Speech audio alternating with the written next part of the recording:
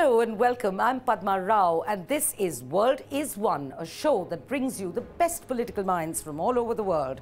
In an increasingly polarized world, watch these leaders share their ideas, discuss challenges of the world and present perspectives to pressing problems around us. This week on World is One Global Leadership Series, we have Sri Lanka's Prime Minister Ranil Wickremesinghe. Prime Minister Ranil Wickremesinghe is unique by many standards. He is a rare South Asian politician to take the oath as Prime Minister 4 times. But going beyond that, he is also one of the first to join hands with Sri Lanka's biggest rival party, the SLFP, in a grand coalition. That coalition was formed merely to topple a former government. Prime Minister Ranil Wickremesinghe talks to me at Temperaries, the beautiful official residence of the Prime Minister of Sri Lanka. Mr. Prime Minister, let's start with your relationship to India, your big neighbour. You did say when you came to power that you would, your government would do its best to improve relations with India, which had gone into a bit of a deep freeze under the previous government. Yet, other than a few high-level bilateral visits, not much seems to have moved as far as the relationship is concerned. Can you tell me what your government is doing to assure New Delhi that things will improve? For instance, your relationship with China is seen in New Delhi circles as a strategic threat. We have always been friendly with China, but not at the expense of India. We are friendly with many countries, but we don't do so at the expense of others. Our relationship with India is different from our relationship with China, or for that matter with the United Kingdom. So what you have to look at is our relationship vis-a-vis India. Not get too worried about how we are doing with China or how we are doing with UK or anyone else. Now, as far as we are concerned, the government and Sri Lankan government and the Indian government do understand what's happening and we are moving closely. So, if there is some uneasiness, it's the Indian media that reports from their point of view. Well, there's nothing I can do about it. We have our good defense relationships, we have our economic relationships, we are looking at a number of projects, we are looking at how India can participate in the Sri Lanka's effort to develop the Trincomalee harbour together with Japan. It's been planned out by Subana Jarong, which is also doing Amaravati in India. We are both committed to seeing the success of Bay of Bengal as an economic area, and if we feel in the next 10 years there is a lot of potential. We are working with each other on an economic and technological cooperation agreement, and I think that will also lay the basis for a closer relationship between Sri Lanka and the economies of the 5 southern states, which should be at least $500 billion, and if we all work, it can become nearly $1 trillion. On the security side, there is very close sharing of information. There are a lot of informal contacts between your ministers and our ministers, between your officials and our officials. I think this has been one of the good periods of the relationship between India and Sri Lanka. Prime Minister, I agree with you. Sri Lanka's relationship with China is of course your sovereign prerogative. However, you have a very, very large overseas debt, a 1/12 of which, that is about $8 billion, is towards China. Surely China is not just offering you all this development as a hand of friendship. Surely that's a hand of friendship which is more of an iron fist in a velvet glove. I don't know why you are so worried about China. No one has offered us an iron fist with or without a velvet glove. The bulk of the Chinese loans have been on infrastructure projects. In opposition, we have argued on whether some of those projects were the best options. But you have to remember, after the 2007 crisis, that China was one of the major players who gave assistance to a large number of countries and for infrastructure development. It also helped the Chinese. Chinese sent their workforces out, they sent their, even the food stuff all went out, And China did give, so I don't think you should take Sri Lanka as an exception. Many countries got the assistance from China. Now they have started the AIIB, and in fact, if at all, it is Brazil, Russia, India, China, South Africa that really form the special friendship, not Sri Lanka and China. And some people feel that the BRICS are trying to dominate even the other countries, other developing economies. So there are different views. Now we don't go to cooperate with China or Brazil or anyone on the global economy. But yes, we have taken a large amount of loans from China. Repaying the loans not only from China but the others, our commercial loans, are a concern, and therefore we are now inviting foreign investment into the country. So, but in Hambantota, you have offered Chinese companies equity in exchange for some of that debt, and even land for a free trade zone. And then the nearby Mattala airport is said to be actually run by Chinese companies. And in Colombo, there is the Port City project, $1.4 billion, which is virtually in the hands of China. So surely that string of pearls of China is somewhat beginning to choke, or Sri Lanka runs the risk of being choked by that string of pearls. Sri Lanka has been the hub of the Indian Ocean, and even from time immemorial, Chinese ships have come to Sri Lanka on the Silk Route. As far as Hambantota is concerned, that port was built with Chinese assistance. There is also an agreement that President Rajapaksa had with I think China Harbour to further develop and run the operations there. All that we have done is to say that we are unable to pay the debts of the Hambantota Harbour. Therefore, we won't be able to proceed with it, or we will have to offer it for anyone who is willing to take it. We discussed this with the Chinese and finally persuaded the Chinese government for debt to equity transfer. The plan is some Chinese companies applied. We took the best, and we have got for the Chinese willing to go up to 1.1 billion to pay for their share of the joint venture. We have 20% now for the SLPA. We can go up to 40% or even to 45%. So if anyone else in Sri Lanka wants to invest, we will give them the freedom to invest in the harbour.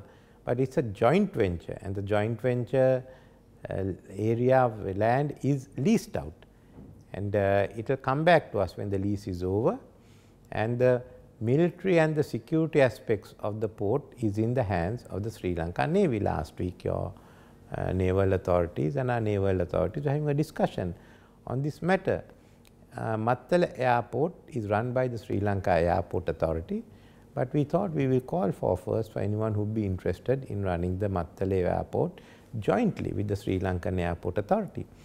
We have land, we have a large amount of land in Hambantota, where we have the port must have a load to carry, which means there should be industries. The land will be vested in the Ruhuna Economic Development Corporation, and they will lease the land out for any industrial estate operators. The Chinese have indicated interest in taking some of the lands. But just outside that, there is a very good block of land which is also fully developed. It's closer to Galle than Hambantota, and that we want to develop that together with the Andhra Pradesh Industrial Infrastructure Corporation. There is another land in northwestern province. We are talking to Subarnajoram on making industrial estate. Thais have come and looked at it. So it's like any other country. Industrial land is being held by the government, and any interested investor could certainly lease out the land and run their industrial estates. We like it because that means they will be bringing investors in here. Even India is discussing of further industrial estates in Sri Lanka. Is that an open invitation to India also regarding Hambantota? Well, Indian ships can come to Hambantota. There is no problem at all. And we are working with India, as we told you, we are developing Trincomalee port, and we'd like India also to participate and take a project or two there. So we would like Japan.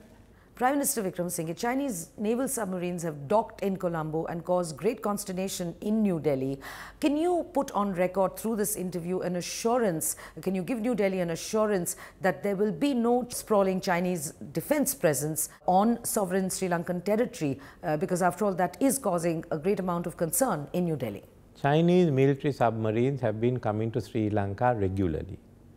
There is only one instance which became an issue under President Rajapaksa, when Chinese submarines came here and the Indian government claimed that they have not been informed, and I think they were not informed. It was more troublesome for us because the Chinese submarine came when the Japanese Prime Minister was visiting Colombo. After we became the government, we asked the Chinese, why do you in this instance send a submarine in when you have been following protocol? So, then they of course informed us, no, we informed the government of Sri Lanka. By that time it was too late and we were not the government. But as far as China is concerned, like any other country, there are people will come to Sri Lanka and visit us, at times agreed to by the Sri Lankan defense authorities and at times convenient for them. But there is no defense relationship. So you had a defense relationship, at least the previous government during the war, the end of the war, when China provided a lot of military equipment and helped assisted Sri Lanka to defeat the Tigers. So are you saying, sir, that there will continue to be Chinese, occasional visits perhaps, but the Indian government will be kept informed? Actually, the Indian government is aware that there will be visits by Chinese and any other countries, and the normal practices will be followed in all the cases. Sir, in your recent address to an anti-terrorism conference, you spoke of the greatest threat to the countries bordering the Indian Ocean, or Indian Ocean Rim countries, coming from non-state actors. Could you specify who these non-state actors are in Sri Lanka's case? No, we had non-state actors. We had the LTT Sea Tigers. As you know, if you look at the recent Australian defense study, non-state actors are going to be the biggest issue. You find that already off the waters of Somalia, and it can keep increasing because the shipping routes of the Indian Ocean are really the vital economic waterways of the world. Sir, but you referred to the LTT's Sea Tigers. Surely that's a thing of the past. That's not a threat. I said now it's new technology. If you look at the attack on the Saudi ship off the coast of Yemen, it was complete new technology. It would have been most probably boat that was automated or run by robotics. So, you don't think it's the Sea Tigers that disappeared, the Somali pirates are there, you found the attacks there. So, it's becoming much easier. I mean, the most vulnerable,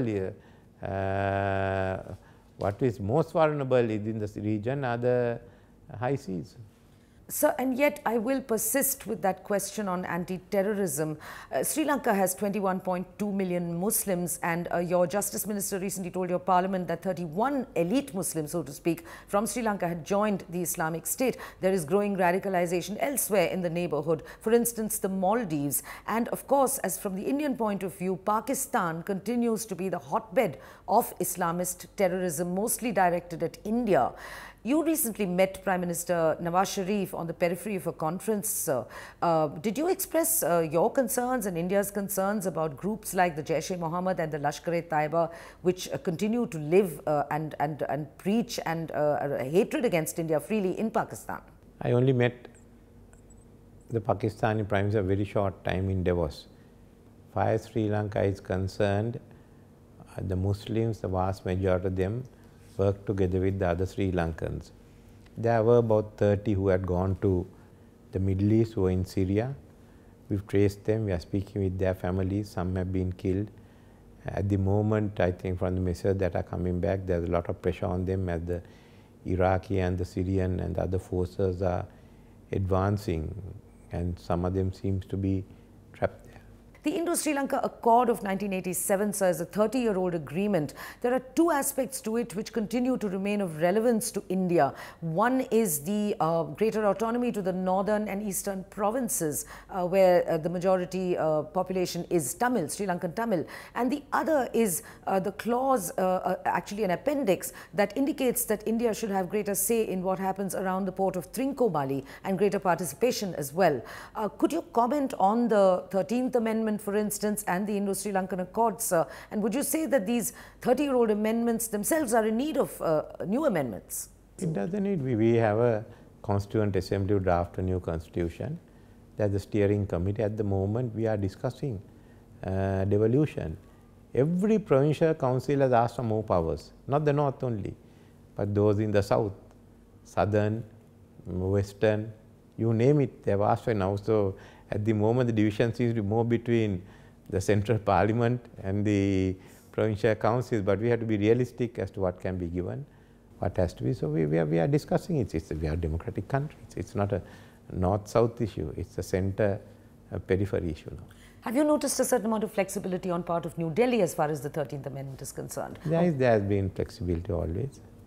We appreciate that. The other issue that is concerned to this 30-year-old accord, sir, is the right to develop Trincomalee port and a special economic zone that India claims is based upon an appendix B of the Indo-Sri Lanka Accord. But you reportedly have already awarded the development of the port to a Singaporean company, as you told me. And then there is this issue of the 31 oil tanks that, you know, Sri Lankan companies are asking for it to be returned. You're all behind time. Trincomalee port is a Sri Lankan port, and in the Indo-Lanka agreement we said we will not do anything prejudicial to the security of India. Now we can engage whoever we want to do the planning of Trincomalee, and we've engaged the party that is also planning out in Andhra Pradesh. As the Indian free trade zone is concerned, yes, we have said we welcome, and once they are ready, once the areas are allocated, we'd like to have free trade zones, and even maybe you could operate, someone can operate some hotels there once we identify the area. It's a zoning plan. Where are we going to have industries? Where are we going to have tourism? How are we going to dispose of waste? So all that has to be done before any development takes place. We are also asking the Japanese to come in to take part on it. At the moment, IOC is looking at the feasibility of a refinery to be run jointly by the IOC and the CPC, which we said then should also be able to refine petroleum and sell it to India or other places. So once that is done, once final decisions are taken there, then we would know about the oil tanks. But I think that the remaining issues on the oil tank has been settled between the two governments. So final question to the chapter on India, and then I'll come to domestic, and then I'm finished. The trade agreement with India is another thing that stuck, sir. But it's you know, there is this fear in southern Sri Lanka that millions of Indians will overwhelm the tiny island state of Sri Lanka. But sir, you know, with all due respect, there seems to be a huge sprawling Chinese presence here already, and China does not even share the same cultural or linguistic links that India does. I don't think we have to bring China into all these things. There aren't a sprawling Chinese presence either. There will be more Indians, but certainly Mode 4 is not a part of the agreement, either with India or with any other country, and the usual negotiations are now taking place between both countries. We are negotiating with India, with China, and with Singapore, and next we go to the next round. We just finished the EU negotiations. Two last questions, sir. One to the international community. Sri Lanka was a co-signatory to a resolution for investigation into alleged violation of human rights. There is also confusion about whether the international community will continue to insist on a foreign component to the investigation team. Could you comment on that, sir? No, we are now given a co-sponsored resolution 31 or 215, where we will be sorting out the issues with a longer period of 2 more years. As far as we are concerned, in that resolution there is provision for us where we think it necessary to make use of expertise from abroad, foreign legal opinion, judges, others. But like in India, in Sri Lanka also, foreign judges cannot sit on the bench, and both India and Sri Lanka on policy matters, like all South Asian countries, will not join the International Criminal Court in Rome. Prime Minister Wickremesinghe, there is a certain amount of concern that there may be a resurgence of the Liberation Tigers of Tamil Eelam, the terrorist group against whom there was a brutal civil war for 30 years in your country. First, there were some stray incidents of former LTT operatives being picked up and shot dead by the police, and caches of weapons being unearthed in the northern province. Recently, there was an assassination plot unearthed to kill the Tamil National Alliance leader, Mr. Sumantiran. Is the LTTE on the rise again? Is there a fear within Sri Lanka that certain sections of the Tamil diaspora may be keeping that separatism alive? LTTE has been wiped out. There are small groups, sometimes used by others.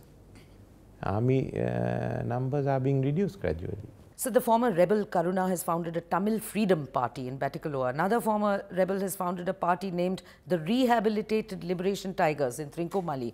After 30 years of a bloody war, sir, how can the Election Commission of any sovereign state register party names containing words like Tamil Freedom and Liberation Tigers? That has been questioned by some people, but they find it's up to the Election Commission. It's not yet decided, sir.